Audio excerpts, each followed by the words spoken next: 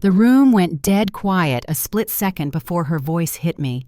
Get out and never come back. Every fork froze in midair. The old chandelier over the dining table hummed faintly, casting a yellow glow over a dozen stunned faces. My mother was standing at the head of the table, one hand gripping the back of her chair, the other pointing straight at me like a judge handing down a sentence. The smell of pot roast and cheap red wine turned sour in my throat as heat rushed into my face. I could hear the football game murmuring from the living room, the dishwasher kicking on in the background, someone's phone buzzing on the counter. Ordinary sounds on a night that would split my life clean in two. My dad stared down at his plate. His shoulders hunched as if he could disappear into the gravy. My aunt's mouth hung open. My cousin's eyes flicked between us like they were watching a car accident they couldn't look away from. My chair scraped against the tile when I stood, the noise far louder than it needed to be. My hands were shaking, but I kept them wrapped around the strap of my purse so no one would see. Mom's face was set in that familiar mask she wore like makeup, perfect hair, lipstick on point, eyes hard as glass. She didn't look like a mother. She looked like someone guarding a throne. "Did you hear me, Claire?" she said. Her voice dropping to that cold, sharp register that used to make my stomach knot when I was a kid. "Get out." I met her eyes just long enough to see there was no crack, no doubt, no regret, just fury and pride. The same pride that had built this house, decorated this table, and turned me into the villain for daring to speak one honest sentence. My legs felt like they belonged to someone else as I walked the length of that table, passing every relative I'd grown up with, every picture-perfect holiday we'd staged in this same room. Nobody stopped me. Nobody said, "Wait, this isn't right." A few looked down, a few looked away. The front door felt heavier than I remembered as I pulled it open. Cool evening air rushed over my skin, carrying the distant sound of traffic and kids playing somewhere down the block. Behind me, my mother's voice floated out one last time. "Don't come crawling back when you realize what you've done." Before we go on, tell me where you're listening from and hit that like and subscribe button if you've ever felt overlooked by the people who should have cared for you. My name is Claire Morgan, and if you had met me a year before that night, you probably would have thought I had it all figured out. 30 years old, living in Phoenix, regional manager for a property management company, a decent condo with a tiny balcony garden I was unreasonably proud of. On paper, my life looked steady, predictable, respectable. The kind of life my mother liked to brag about as long as she could take the credit. I grew up in the suburbs outside Denver in one of those neighborhoods where every house looks just a little too similar, and everyone pretends that means things are fine. My mom, Diane, loved that sameness. She lived for block parties and church potlucks, for smiling and Christmas card photos, and making sure the lawn was trimmed just a bit better than the neighbors. She was the kind of woman who could turn, "How are you?" into a 30-minute monologue about her children's successes if she thought someone was listening. My dad, Frank, was the opposite. He worked at a warehouse distribution center, left before sunrise, came home after dark, and seemed to fold in on himself a little more each year. He wasn't cruel, he just wasn't there. He sat at the dinner table in body, but his mind was always somewhere else, locked behind tired eyes and the steady drone of whatever game was on. When Mom spoke, he nodded. When she snapped, he flinched. When she was wrong, he looked at the floor. Then there was my younger brother, Josh. If I was the good kid, he was the cautionary tale. He pushed back against Mom's rules early: music too loud, hair too long, grades too low. He stayed out late and came home smelling like smoke and freedom. Mom slapped labels on him like stickers: lazy, ungrateful trouble. Every time he messed up, she would turn to me and say, "Why can't he be more like you, Claire?" That's how I became the example without ever asking for the role. I liked school. I liked reading. I liked the quiet safety of doing things right. Mom turned those things into her personal brand. My straight-A report cards were her proof she'd done everything perfectly. My honor roll certificates went on the fridge like trophies. She called me my responsible one with a smile that felt more like a claim than a compliment. The price was simple. I didn't get to be tired. I didn't get to be messy or confused or ordinary. If I brought home an A, Mom asked why it wasn't an A+. If I won an award, she asked if any of the other girls were thinner or prettier or dating boys with real potential. Love was always just 1 inch out of reach, hanging from the next achievement, the next sacrifice. Say yes, work harder, be better. That was the only language that got me a pat on the head instead of a lecture. By the time I left for college in Arizona, I thought I was escaping. I decorated my first off-campus apartment with thrift store furniture and string lights, and for a while it felt like breathing fresh air after years in a crowded room. I worked part-time, studied business, and learned what it felt like to have friends who knew me as Claire, not Diane's daughter. But every Sunday evening, my phone would light up with Mom's name, and the oxygen got a little thinner. Her calls always started sweet. She'd ask about my classes, my professors, my job. Then, almost like clockwork, the conversation would twist. "You're not out drinking every night like those other kids, right?" Or, "Remember when you graduate, you'll finally be able to help out around here. We've carried you a long time, sweetheart." She said it like a joke, but it never felt funny. It felt like a tab she'd been quietly running up since the day I was born. After college, I landed my first real job with a property firm in Phoenix. A starter salary, a 1-bedroom apartment, a used sedan that didn't threaten to die every time I turned the key. For the first time, I could buy my own groceries without counting every dollar. I could treat myself to a $4 latte once in a while without guilt. I could almost believe that my life belonged to me. But in my family, success never meant independence. It meant responsibility. It meant I had just become a bigger, shinier tool in my mother's toolbox. She bragged about my promotion at church like it was her own. She worked my title into every conversation with relatives. And each time there was that little hitch at the end of her sentences, that reminder, "You're our stable one, Claire. When things get hard, at least we know we can count on you." The first real crack in the surface came on a gray Thursday afternoon, right as I was closing out emails at my desk. My phone lit up with Mom, and for a second I almost let it go to voicemail. Then I saw it was her 3rd call in a row. When I answered, all I heard at first was sobbing, not the dramatic pouty crying she used when she wanted attention, but deep, jagged sobs that shook through the speaker. "Claire, we're going to lose the house," she choked out. "The bank. They sent papers. Your father's been laid off. We're 4 months behind. They're going to take everything." As she talked, my eyes drifted to the framed photo on my desk, a picture of that same house in Denver taken one summer during college. The porch I'd swept, the lawn I'd mowed, the place my mother treated like a stage and I treated like a duty. I pressed the phone harder to my ear, feeling the old familiar weight settle onto my chest. The responsible one, the fixer, the only adult in the room. "Just come home this weekend," she pleaded. "You'll understand when you see the papers. You're the only one who can help us." I stared at my computer screen, at the unfinished reports, at the life I'd built mile by mile away from her front door. I told her I'd drive up. I hung up the phone. Then I sat there for a long time, staring at my reflection in the dark monitor, knowing deep down that once I got in that car, nothing about my life would ever be as simple as it looked on paper again.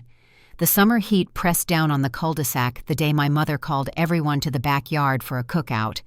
I was 12, wearing a blue sundress she'd picked because it photographed well. When the neighbor's daughter Emily showed up in a sparkly new outfit, Mom's eyes narrowed with that familiar calculation. Minutes later, she was pulling me aside, her fingers pinching my shoulder hard enough to sting. "Why don't you ever look as put together as Emily?" she hissed loud enough for 2 women at the picnic table to hear. Before I could answer, she smoothed my hair with a sharp, embarrassed smile and nudged me back toward the crowd like I was something she needed to fix before anyone noticed. A few hours later, when the camera came out, she positioned me behind 3 younger cousins, so only half my face showed. "Don't slouch," she snapped as she adjusted the frame. "You'll ruin the picture." I held my breath, shoulders tight, trying not to blink. The photo was taken. Everyone laughed, and I stood there feeling like I'd been cut out of my own family portrait again. Those moments blurred together over the years, but I can still feel the sting of that day every time I smell charcoal and sunscreen. It took me a long time to understand that this wasn't about one afternoon in the backyard, but something threaded through my entire life. Growing up in that house meant always being measured. Measured against other kids, other daughters, other imagined versions of myself. My mother wished she had. From the outside, people saw a polite family with a nice lawn and predictable routines. But inside, everything revolved around my mother's hunger for approval, a hunger that consumed the rest of us without apology. Mom believed that image was proof of worth, and worth was something earned, not given. I didn't know any different. I learned early that her voice carried the weight of God in that house. If she said something was true, it became the truth. If she said something was my fault, then it was. And when she said I was the responsible one, she meant it as both compliment and contract. My father tried to fly beneath the radar. That was his survival strategy. If he kept his head down, kept working, kept quiet, then the storms passed right over him. He wasn't unkind, but kindness without action doesn't protect a child. His silence did as much damage as her criticism. It taught me that when things got ugly, I was on my own.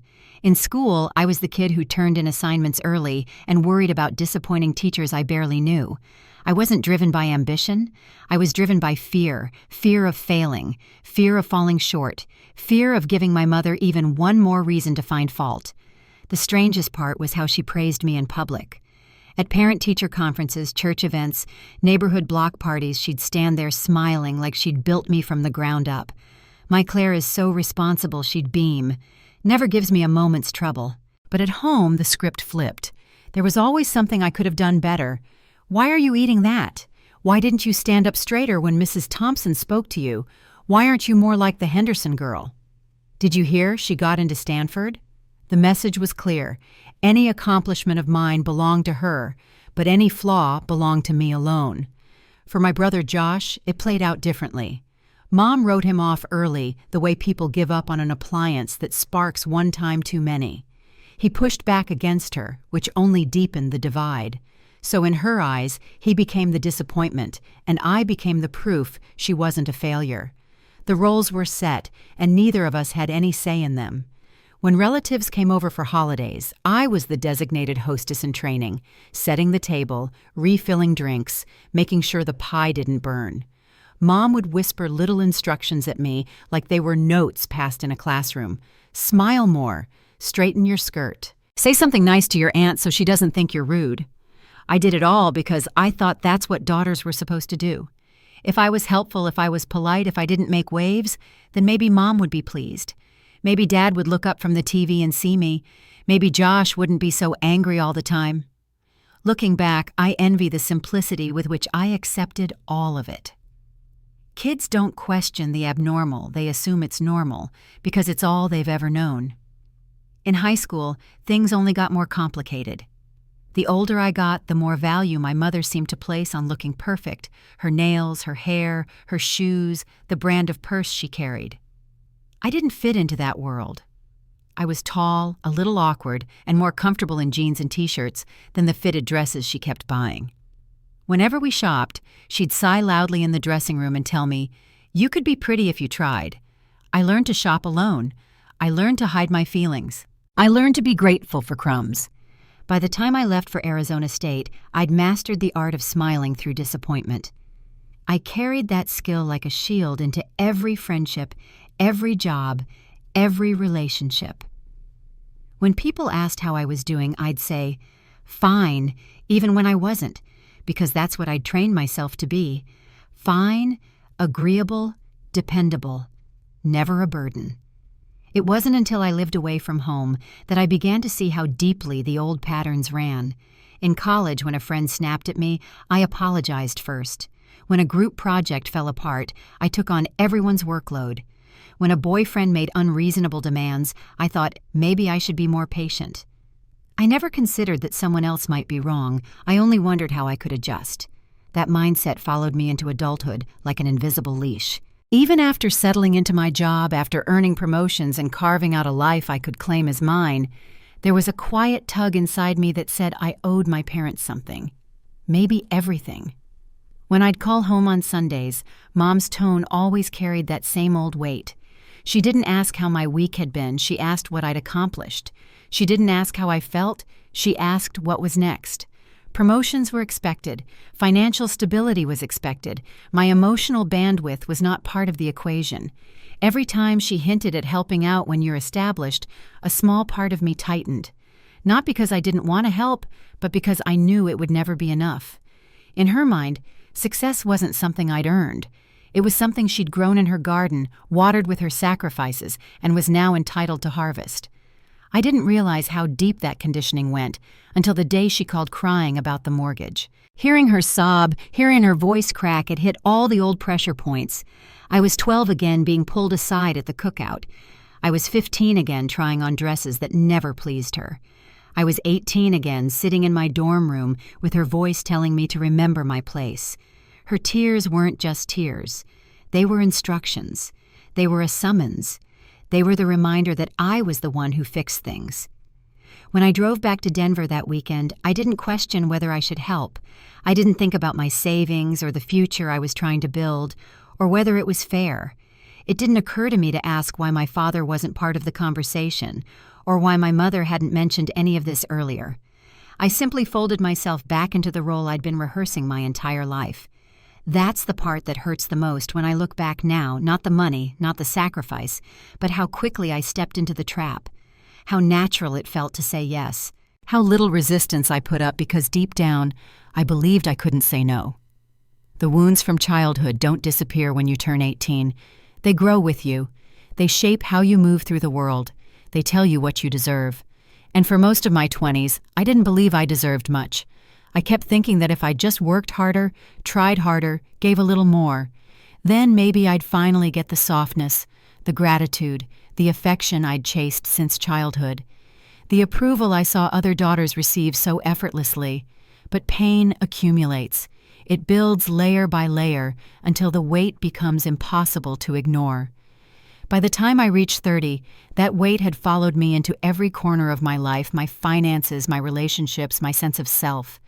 And the truth was about to get much heavier, because the mortgage wasn't the beginning of the problem. It was simply the first time I saw how deep the roots went. Something was coming, something that would expose every hidden fracture in the story I'd been telling myself. And once it happened, nothing in my family would ever look the same again. The first thing I noticed was the envelope, thick-creased at the edges, shoved between a stack of junk mail on my parents' kitchen counter. The return address wasn't familiar, but the bold letters across the top made my heart kick hard against my ribs. Notice of delinquency. I pulled it free. My fingers stiff and unfolded the pages without thinking.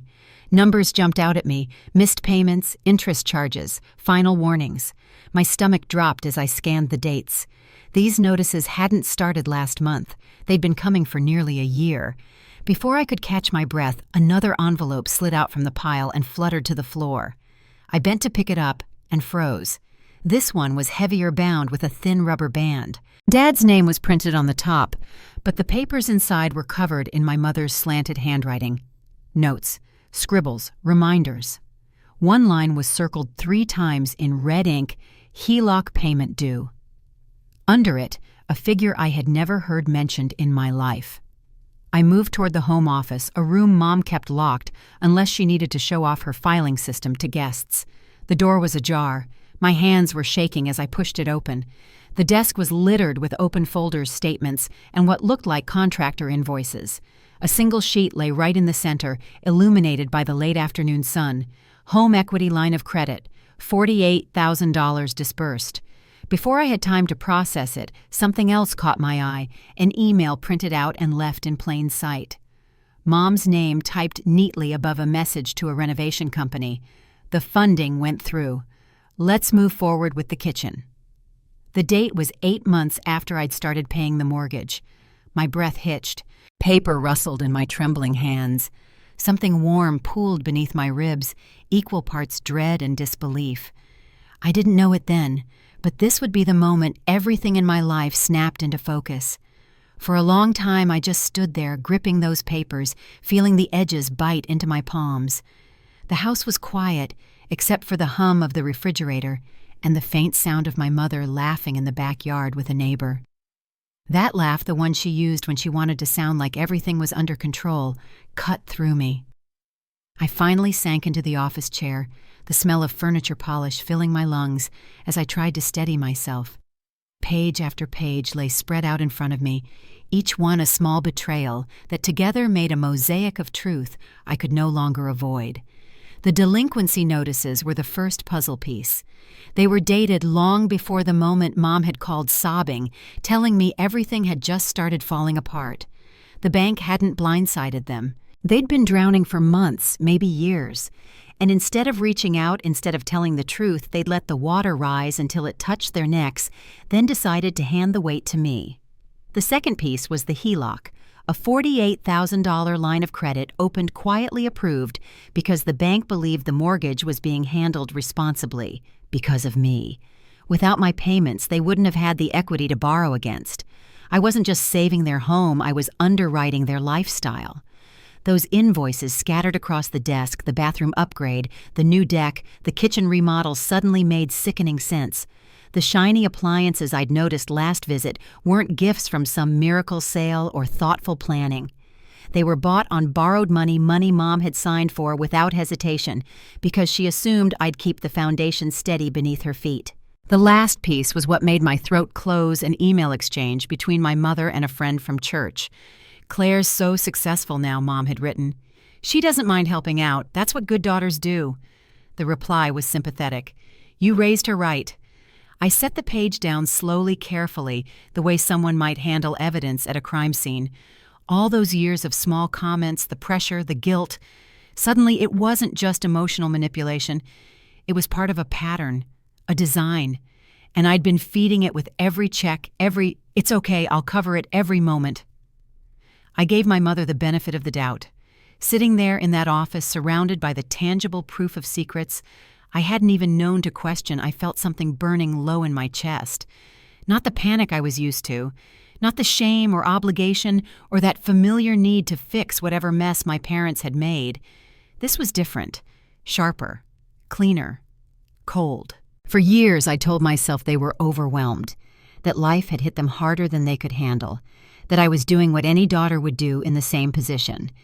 But now, staring at these documents, I couldn't escape the truth they hadn't been honest with me in a very long time. Maybe ever. I kept rifling through the folders, my pulse pounding in my ears. As each page turned, the story got clearer. Dad had been laid off months before my mother called me, but she hadn't told me when it happened. Instead, she spent the early months pretending everything was fine while still pushing him to keep up the image new clothes for church dinners, for relatives' expensive seasonal decorations. The HELOC had been approved 2 weeks after I'd taken responsibility for the overdue mortgage. She didn't wait for Dad to find a new job. She didn't wait to see if their situation stabilized. The ink on the payment arrangement hadn't even dried when she started borrowing against it. I realized then that she never saw my help as temporary. In her mind, it wasn't assistance, it was a permanent solution, a resource, a faucet she had every right to turn on whenever she pleased. There were even a few emails with Dad, though they were shorter, less emotional. Claire said she could cover the next transfer, he wrote once. "Let's hope it gives us time to catch our breath." Mom replied, "We deserve something nice after these last few months." Attached to her message was an order confirmation for a luxury bedroom set. I pressed a hand to my mouth as nausea rolled through me. It wasn't just the money. It was the assumption behind every word, as if my life, my savings, my future were nothing more than spare change in a jar they'd forgotten to keep hidden. When I finally looked up, the room felt smaller, the air thicker. My mother's voice floated faintly through the open window. She was recounting some story to the neighbor, embellishing details to make herself seem more sympathetic, more admirable. I'd heard that tone my whole life, but now for the first time it sounded like a lie. The betrayal stretched far beyond the numbers in front of me. It seeped into memories I hadn't questioned, into moments I'd chalked up to stress or bad timing or miscommunication. All the times she'd snapped when I asked simple questions. All the times she'd insisted everything was under control while avoiding eye contact. All the urgency in her voice when she demanded help but never offered clarity. She hadn't trusted me with the truth. She had only trusted me to pay. I leaned back in the office chair, letting the reality settle like a weight across my shoulders. But there was something else growing beneath that heaviness, something steadier than fear, stronger than guilt. Clarity. And with it, resolve. For the first time in my life, I saw the full picture. Not just the edges she'd allowed me to see, but the center, the part where she chose pride and comfort over honesty, where she decided I owed her, not because she needed help, but because she believed she deserved it. I gathered the papers into neat stacks, not rushing, not shaking anymore. My head felt strangely clear, as if some fog that had lingered for decades had finally burned off. This wasn't a misunderstanding. This wasn't a moment of weakness. This was a betrayal, years in the making, and I was done being the person who cleaned up their chaos. When I stood, the decision was already made. It settled in my bones, like something that had been waiting there a long time. I walked out of that office with one thought crystallizing inside me. If my mother wanted a confrontation, she was going to get one. And this time, I wouldn't be the one walking away in silence. The dining room fell silent the moment I laid the stack of papers on the table. Forks hovered midair. Chairs stilled. My mother's smile, bright, practiced, polished, for guests faltered when she saw the manila folder in my hand. The room smelled of pot roast and rosemary, but underneath it sat something sharper, fear. I stood slowly, feeling every eye shift toward me. My pulse echoed in my ears as I opened the folder and slid the top document across the linen tablecloth. This I said, my voice steady as the truth. The sheet skidded to a stop right in front of my mother's plate. Inked numbers glared up at her dates, balances, signatures. Her fork clattered against her china. My father's breath caught. A cousin gasped. Someone's water glass trembled in their hand. My mother reached for the document with shaking fingers, but I placed my hand on it first. "Don't bother pretending you don't recognize it," I said quietly. "You signed it." A ripple of shock swept the table. Whispers, sharp breaths, the sudden scrape of a chair leg against the tile. Her eyes lifted to mine, widening with something between panic and fury. At that moment, everything in the room shifted heat attention power, and everyone knew something irreversible was about to unfold. But to understand how we arrived in that moment, you need to know what happened leading up to it. I had walked out of that tiny home office with my mother's secrets pressed under my arm. For hours afterward, I paced the length of my childhood bedroom, the place where I'd once taped college acceptance letters to the wall, trying to understand how a parent could justify such a betrayal. Then the answer hit me. She didn't think it was betrayal. She thought it was her right. By the next morning, I had made up my mind. I wasn't confronting her in a quiet corner of the house where she could twist the story or claim I misunderstood. I wasn't giving her the privacy she'd used to rewrite history. No. If she wanted the world to believe she was the perfect mother, then the world could witness the moment the truth finally arrived at her door. My chance came sooner than expected. Aunt Susan called that morning to remind everyone about a late summer family dinner at her place, a tradition. 15 years running, attendance not optional. Mom loved that dinner, loved being the center of attention, loved hosting duties, loved the compliments about her cooking and decor. But this year, it was being held at my parents' house. Her kingdom, her stage. Perfect. I spent the next 2 days printing documents, organizing pages, and reviewing everything until the numbers were burned into my memory. I placed the papers into a neat folder, the same kind we used for tenant files at work. Clean, professional, undeniable. On the afternoon of the dinner, I drove to Denver with a calmness that felt foreign, like something inside me had finally clicked into place. My hands weren't shaking, my breath was steady. The fear was gone, replaced by sharp purpose. When I pulled into the driveway, cars lined the street. Voices drifted from the backyard. Laughter, clinking glasses, my mother's voice rising above everyone else's. I stepped out of the car and smoothed the front of my sweater, the folder tucked under my arm like a final exam. I knew all the answers to. Inside the house sparkled. Polished floors, fresh flowers, a brand new chandelier I hadn't seen before. Another renovation paid for with borrowed money. Guilt no longer twisted in my stomach when I noticed it. The only thing I felt was clarity.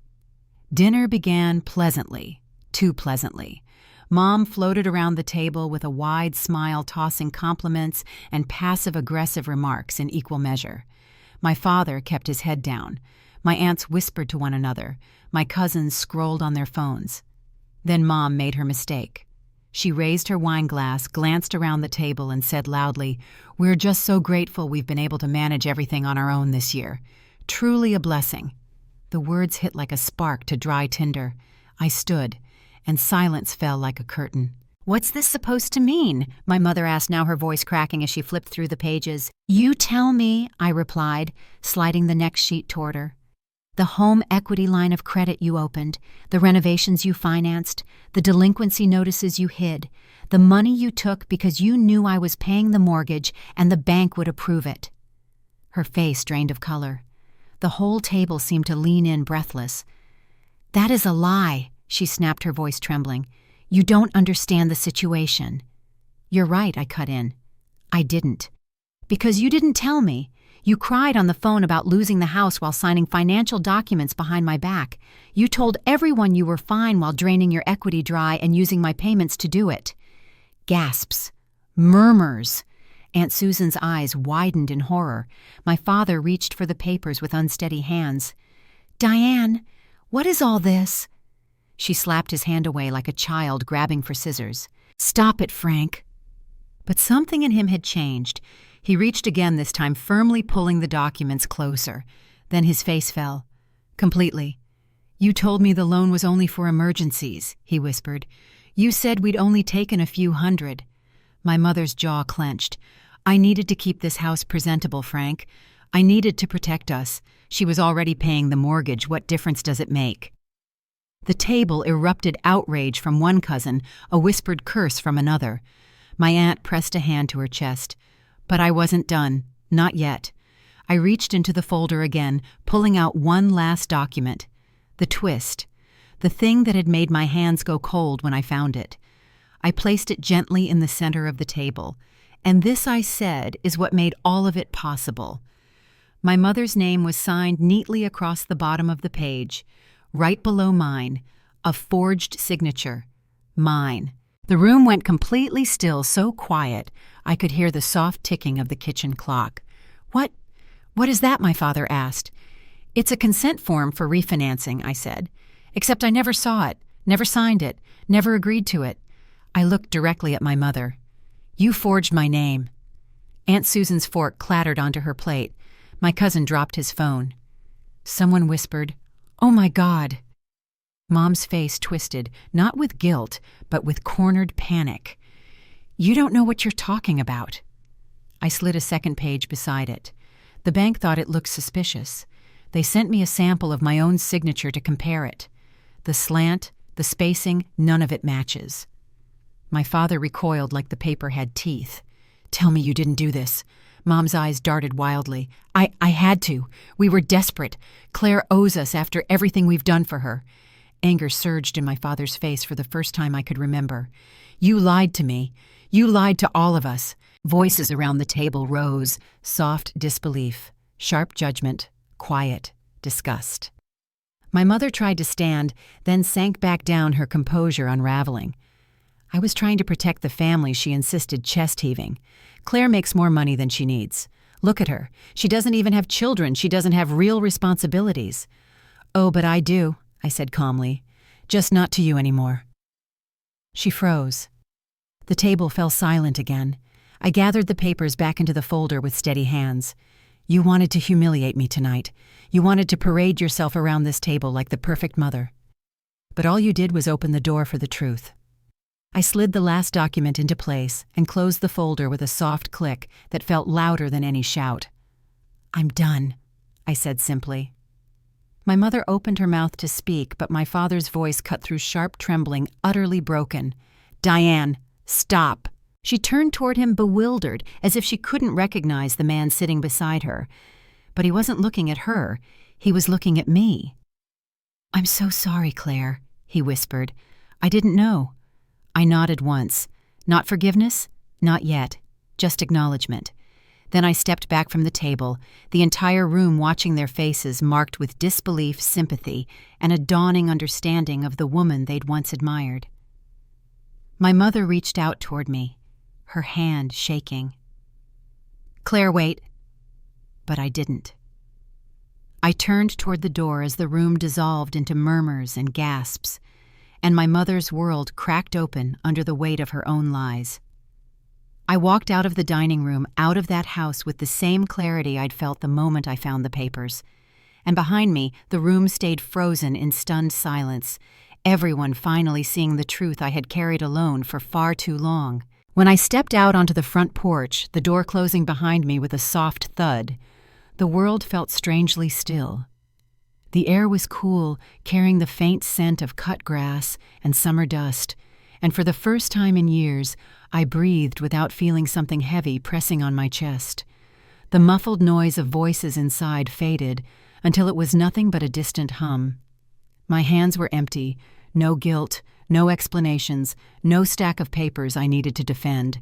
Just the quiet dark, a long driveway, and the sense that I had finally crossed a threshold I'd spent my entire life standing in front of.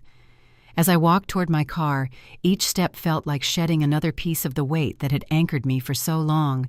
The sky was turning indigo, a single star blinking above the rooftops, and I remember thinking almost in disbelief, this is what freedom feels like. Something had broken open inside me that could never be closed again. The calm that settled over me on that drive home wasn't joy, not yet, but it was something close, something softer, steadier, something that made space for the life waiting on the other side of the chaos. In the days that followed, that feeling became my compass. The first morning after the confrontation, I opened my laptop and contacted the bank. I didn't need to yell or justify anything. I simply explained that my signature had been forged, that unauthorized credit had been taken in my name, and that I was severing all financial involvement with my parents' property. They guided me through the steps, affidavits, identity verification statements. It took hours, but each signature I added under my own name felt like reclaiming something I hadn't realized I'd lost ownership of myself. A week later, I drove past my parents' house one last time. A for sale sign stood crookedly in the lawn. The porch light was off. The curtains were drawn. It no longer looked like a place I'd grown up. It looked like a stage that had finally gone dark.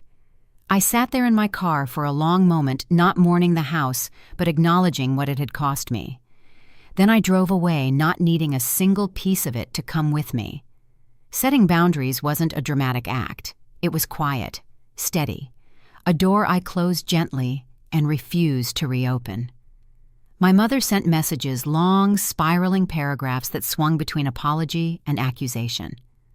My father called a few times, leaving voicemails full of weary remorse. I didn't block them, but I didn't respond. The silence was the only language I had left that felt honest. I didn't need revenge. I didn't need them punished. I just needed peace, and distance was the only way to claim it. In that quiet, something surprising happened. People stepped into the space I'd finally cleared. A coworker named Melanie started inviting me to her Saturday morning coffee group. I'd always said no before, too busy, too tired, but now I found myself showing up. We sat outside a cafe, the sun warming the backs of our shoulders, talking about work, books, gardens. Nothing heavy, nothing complicated. But every conversation felt like a small reminder that connection didn't have to hurt. Mark showed up again too gently without pushing.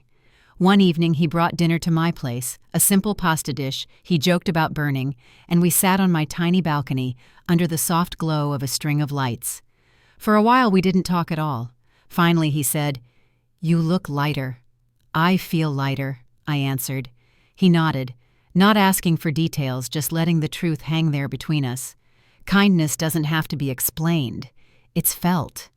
As the weeks turned into months, I began rebuilding my life piece by piece, not from the ruins of what I'd left behind, but from the foundation I'd been quietly forming all along. I bought a small 2-bedroom house on the outskirts of Phoenix. Nothing extravagant, just a modest place with a yard big enough for a garden. On move-in day, I opened every window and let the warm desert air sweep through, carrying out the echo of old obligations and pulling in something that felt like possibility. I spent afternoons painting the walls, soft, calming colors, dusty blues, warm taupes, a gentle sage green for the kitchen. One weekend, I tore out an overgrown patch of weeds in the backyard and planted wildflowers. I knelt in the dirt, hands covered in soil sun on my back, and felt something inside me rooting too, a life that belonged entirely to me for the first time. Work shifted too.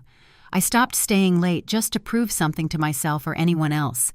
I focused on the parts of the job I loved, the problem solving, the people, the sense of building something meaningful.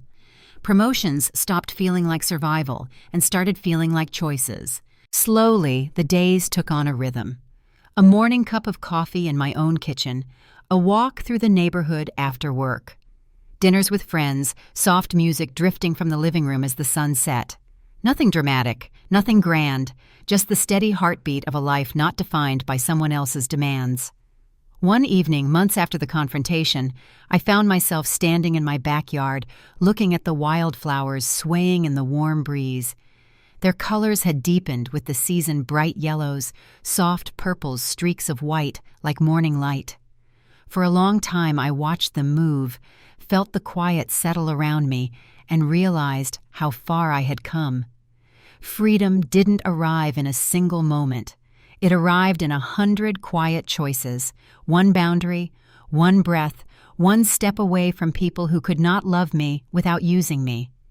In the end, I learned something simple and true. You cannot save people who refuse to save themselves, but you can save yourself. And sometimes walking away isn't the end of a story. Sometimes it's the very beginning of the one you were meant to live.